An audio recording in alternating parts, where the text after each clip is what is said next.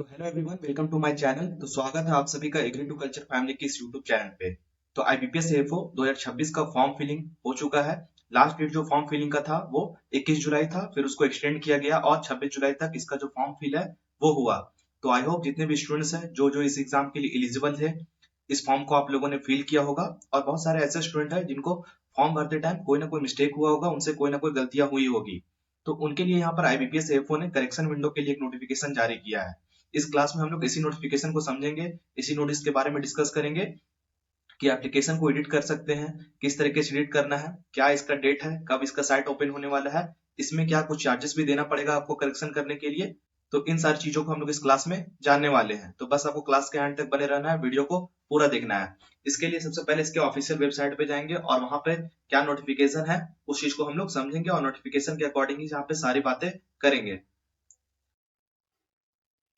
तो ये रहा आपके सामने नोटिफिकेशन। आप इसके ऑफिशियल वेबसाइट पे जाइएगा, आईपीएस के ऑफिशियल वेबसाइट पे, तो आपको ये नोटिफिकेशन देखने को मिलेगा। यहाँ पर आप देख सकते हैं edit window for candidates to modify correct application form. तो आपने अगर एप्लीकेशन फॉर्म को फिल किया है तो आप उसमें कुछ एडिट करना चाहते हैं, तो इसके लिए जो करेक्शन विंडो है इसके लिए यहाँ पे नोटिफिकेशन जारी किया गया है।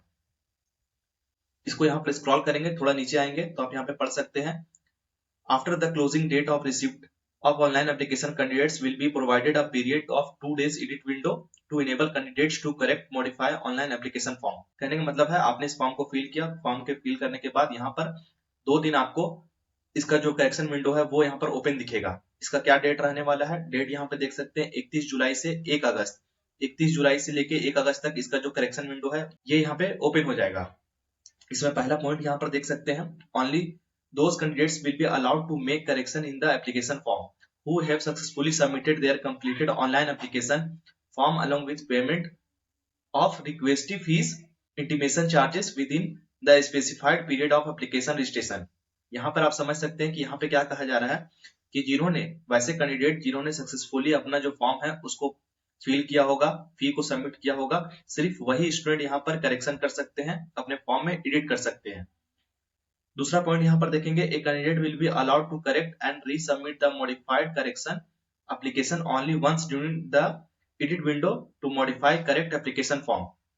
कहने का मतलब है कि आप सिर्फ एक बार यहाँ पर अपना जो एप्लीकेशन फॉर्म है उसको एडिट कर सकते हैं, मॉडिफाई कर सकते हैं। एक बार आप इसको सबमिट कर देते हैं, रीसबमिट कर देते हैं, तो दोबारा आपको इसमें फिर किसी तरीके का एडिट करने का कोई मौका नहीं दिया जाएगा। ये इसका दूसरा पॉइंट है। तो इसलिए आपको सोच समझकर एक बार अच्छे तरीके से यहाँ पे जो भी एडिट करना है वो आप एडिट कीजिएगा, दोबारा आपको मौका नहीं मिलने वाला है। Data submitted by the candidate in original application, name, email ID, mobile number, field can not be edited. तो यहाँ पे क्या क्या चीजें हैं जो एडिट नहीं कर सकते आप, जिसमें आपका नाम है इसको आप चेंज नहीं कर सकते हैं, ईमेल आईडी है इसको चेंज नहीं कर सकते हैं, मोबाइल नंबर हो गया, ये सारी चीजें यहाँ पर एडिट नहीं होगा। तो यहाँ पर आप सिर्फ क्या एडिट कर सकते हैं, तो ये चौथा पॉइंट में यहाँ पे दिया हुआ है, मॉडिफिकेशन करेक्शन इन कैटेगरी। अगर आपने अपनी कैटेगरी में कोई गलती किया होगा, जो कैटेगरी है उसको फिल ना करके कोई दूसरा कैटेगरी चूज कर लिया होगा बाय चांस, तो सिर्फ उसको यहाँ पर एडिट किया जा सकता है।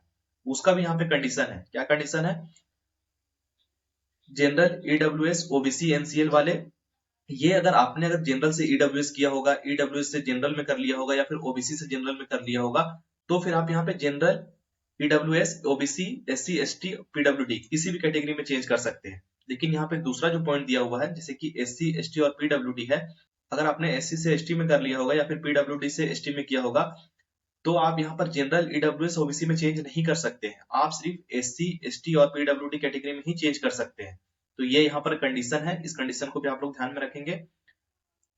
उसके बाद यहाँ पर देख सकते हैं, fee applicable for modifying correcting the application form fee. जैसा कि मैंने बोला, क्या इसके चार्जेस भी लगेंगे, तो बिल्कुल यहाँ पर अगर आप करेक्शन करते हैं, अपने फॉर्म फिलिंग में किसी तरीके का एडिट करते हैं, तो आपको यहाँ पर 200 रुपए देना पड़ेगा।